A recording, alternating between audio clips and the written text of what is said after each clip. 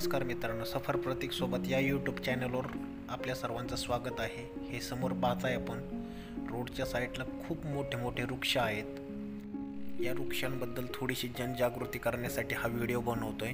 Video संपूर्ण पहा। आता मी राशीन सिद्धटेक रोडला आहे। व्हिडिओ संपूर्ण पहा मित्रांनो। आपल्या सर्वांना समजच असेल, या कोरोनाच्या महामारीमध्ये खूप मोठ्या प्रमाणात ऑक्सिजनचा तुटवडा जाणवला। पण खऱ्या अर्थाने जो ऑक्सिजन आपण नैसर्गिकरित्या घेतोय तो ऑक्सिजन हेच वृक्ष आपल्याला पोहोचवत आहेत। पण याच वृक्षांची कोणाला किंमत नाहीये। हीच गोष्ट आज आपण या व्हिडिओमधनं दाखवणार आहोत।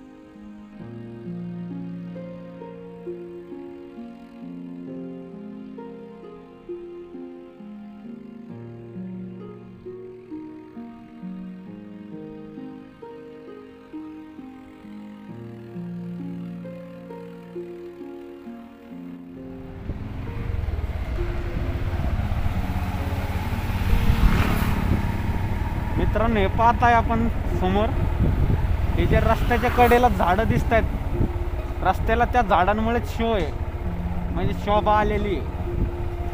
पण काही दिवसानंतर ह्या रस्त्याचं काम झाल्यानंतर हे एवढे मोठे मोठे झाडे तुटणार आहेत, म्हणजे कट करणार आहेत। तर यात सगळ्यात मोठं नुकसान झाडांचं तर होत आहेच, आणि त्यासोबत माणसांचं सुद्धा होणार आहे। कारण की सगळ्यात जास्त ऑक्सिजन देणारं झाड वडाचं झाड असतं। हे सगळे झाडं ऑक्सिजन देत आहेत। आज कोरोनाच्या काळामध्ये आपल्याला सर्वांना ऑक्सिजन विकत घ्यावा लागला,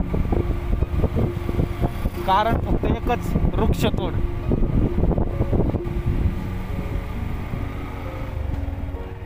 मित्रांनो, हळूहळू आपणच आपल्या पुढच्या पिढीचा नाश करत चाललोय। कारण की जगण्यासाठी ऑक्सिजन खूप महत्त्वाचा आहे, हे सर्वांना माहीत आहे। आणि सॉरी, आत्ता सध्या मी बाईकवर आहे, त्यामुळे आवाज व्यवस्थित येत नाही आहे। व्हिडिओ पूर्ण ब्लर झाला आहे। चालू याच्यात व्हिडिओ काढतोय, तर त्यासाठी क्षमा मागतो। पण ही माहिती पोहोचवणं खूप गरजेचं होतं, यामुळे व्हिडिओ काढतोय हा। मित्रांनो, सध्याच्या काळामध्ये रस्त्याचं रुंदीकरण हे वाढत चाललेलं आहे। तर या आपल्याच सोयीसुविधांसाठी 100 वर्षापूर्वीची झाडं हे कत्तल केलेली जातात, आणि फक्त GR काढतात की 1 कोटी वृक्ष लागवड, झाडे लावा झाडे जागवा, हे फक्त कागदोपत्री दाखवलं जातं। पण खरी परिस्थिती ही आहे की आज हे एवढ्या मोठ्या झाडांची कत्तल केली जाते रस्त्यासाठी। पाहताय आपण समोर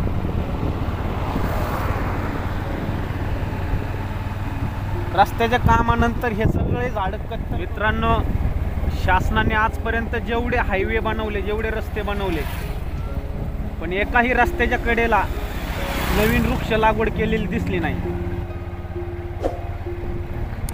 मग त्यात शासनाला अपयश आलं की त्यांच्याकडे वेळ नव्हता, हे त्यांनाच माहिती। पण खरी परिस्थिती आहे की वृक्षतोड ही भरपूर प्रमाणात होते, आणि जितकी जास्त वृक्षतोड होईल तेवढा ऑक्सिजन कमी पडेल। मित्रांनो, यामध्ये मी कोणत्याही राजकीय पक्षाला दोष देत नाहीये किंवा इतरांनाही दोष देत नाहीये। फक्त मला व्हिडिओ बनवावा असा वाटला, यासाठी व्हिडिओ बनवला, जनजागृतीसाठी। तर मित्रांनो, व्हिडिओ जास्तीत जास्त शेअर करा, लाईक करा, कमेंट करा। धन्यवाद मित्रांनो।